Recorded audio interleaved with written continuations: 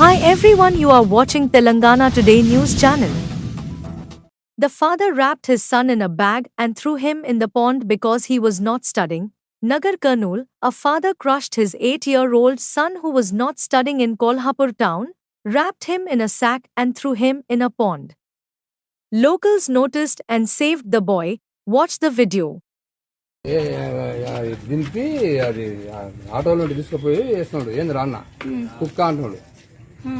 అన్నాక నేను చూసి దగ్గరకు వాడు ఎక్కిపోతున్నాడు. అతను లేచి కాలుతో దొక్కిండు, ఎక్కిపోతున్నాడు. నేను వచ్చి చూస్తే వడ్డీ డాడీ నేను బడిపోతా అంటున్నాడు. అంటే అది తీసి నేను ఈ పొజిషన్ పోతే అది గీతాలు వస్తలేదు, చేస్తలేదు.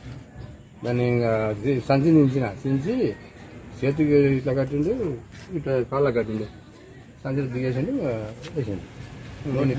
ఇప్పుడు తీసుకొచ్చి ఇంకా ఇప్పుడు ఆ సంచి మూతి నువ్వే ఇచ్చినావా? కుక్క పిల్ల అంటున్నాడా? అది అన్నాడు కుక్క పిల్ల అని. ఏం పెట్టలే ఏం పెట్టలే, అది అర్థనే ఉండగా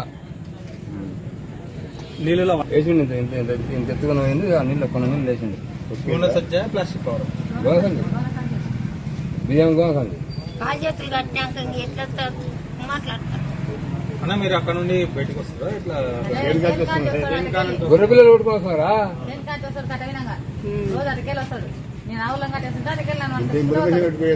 Thanks for watching Telangana Today News.